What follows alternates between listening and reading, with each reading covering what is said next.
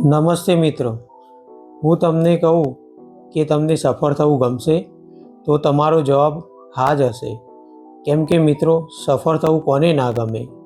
મને પૂછો તો પણ મારો જવાબ હા જ છે. આજે આપણે વાત કરવા જઈ રહ્યા છીએ એવી 5 આદતો વિશે જે તમારી જિંદગીને સફળતાની દિશામાં આગળ ધપાવશે. સફળતા કોઈ એક દિવસમાં મળતી નથી. તે આપણા રોજિંદા જીવનની નાની આદતોમાંથી બને છે. એ આદતો કેવી હોય છે એની આપણે વાત કરીશું. પહેલી આદત, ટાઈમ મેનેજમેન્ટ, સમયનો યોગ્ય ઉપયોગ. સફળ વ્યક્તિઓ સમયનું મહત્ત્વ સમજે છે. રોજ સવારે કામનું પ્રાથમિકતાના આધાર પર આયોજન કરો. ટુ ડુ લિસ્ટ બનાવો અને અર્જન્ટ વર્સિસ ઇમ્પોર્ટન્ટ કામનો તફાવત સમજો. સોશિયલ મીડિયા સ્ક્રોલિંગ કે નોન પ્રોડક્ટિવ કામોમાં સમય બગાડવાને બદલે એ જ સમય સ્કિલ બિલ્ડિંગ, ગોલ સેટિંગ આવા મોટિવેશનલ વિડીયોમાં આપો.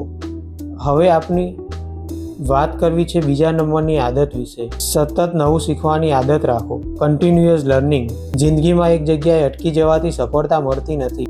રોજ 30 મિનિટ પુસ્તકો વાંચો અથવા પોડકાસ્ટ સાંભળો કે પછી આવા મોટિવેશનલ વિડીયો જુઓ. નવી સ્કિલ શીખો, નવી લેંગ્વેજ શીખો, નવી ટેકનોલોજી શીખો, કોમ્યુનિકેશન સ્કિલ શીખો.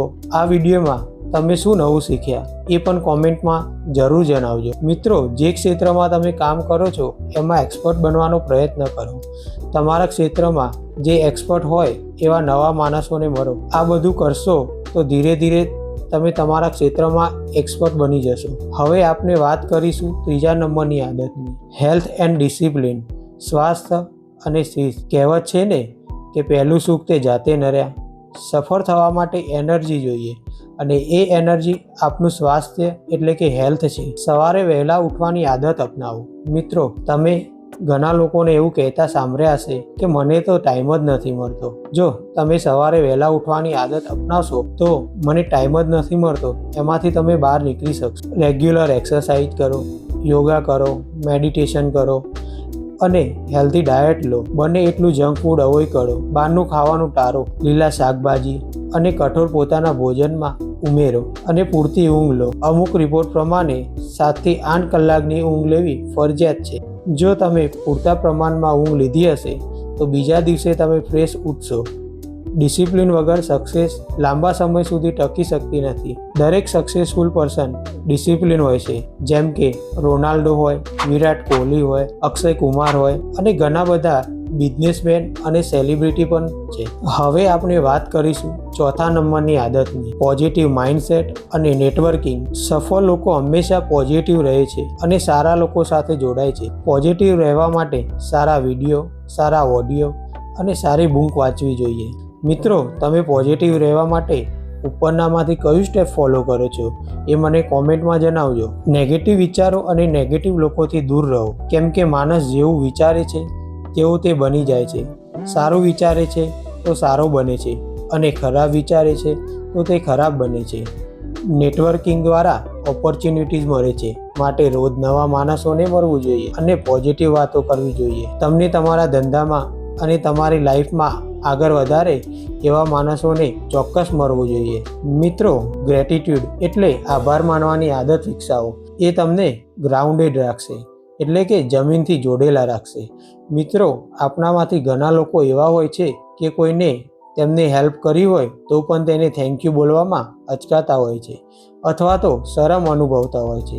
જ્યારે તમે કોઈ વ્યક્તિનો આભાર માનો છો ત્યારે તેના મનમાં તમારી પોઝિટિવ ઇમ્પ્રેશન પડે છે અને એ વ્યક્તિને તમને વારંવાર મળવાનું મન થાય છે અને તમારી સાથે વાત કરવાનું મન થાય છે. તો મિત્રો, હવે તમને કોઈ વ્યક્તિ નાનામાં નાની હેલ્પ કરે તો પણ તેને થેન્ક યુ કે આભાર માનવાનું ના ભૂલતા. મિત્રો, હવે આપણે 5મા નંબરની આદત અને છેલ્લી આદતની વાત કરીએ તો એ છે કન્સિસ્ટન્સી. લગાતાર પ્રયાસ કરવો. કન્સિસ્ટન્સી એ સક્સેસની ચાવી છે. એકાદ દિવસ મોટિવેશન મળે પણ સક્સેસ માટે સતત પ્રયત્ન જરૂરી છે. નાના નાના સ્ટેપ રોજ કરો. યાદ રાખો, small progress every day equal to big success tomorrow. એટલે કે રોજ નાની પ્રગતિ આવતીકાલની મોટી સફળતા બને છે. કોઈ પણ સેલિબ્રિટી, બિઝનેસમેન કે યુટ્યુબર રાતોરાત સક્સેસફુલ બનતો નથી, પણ આ નાની નાની આદતોને અપનાવીને એક દિવસ જરૂર મોટો બને છે. તો મિત્રો, આ છે સફળતા માટેની 5 જરૂરી આદતો, જે હું તમને ફરીથી યાદ કરાવી લઉં. પહેલી છે ટાઈમ મેનેજમેન્ટ.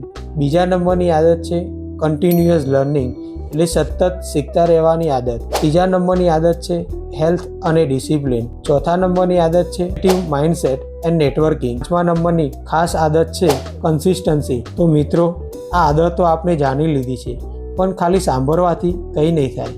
પણ જો તમે આ આદતો તમારા જીવનમાં અપનાવશો તો સફળતા તમારી ચરણે આવશે, એની હું 100% ગેરંટી આપું છું.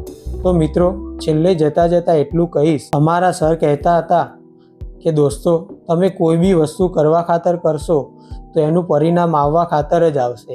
એટલે એનો મતલબ એમ, આ આદતો જો 100% અપનાવશો તો એનું પરિણામ 100% આવશે. બાકી તો તમે જાણો જ છો. તો મિત્રો, આ વિડીયોમાં આટલું જ.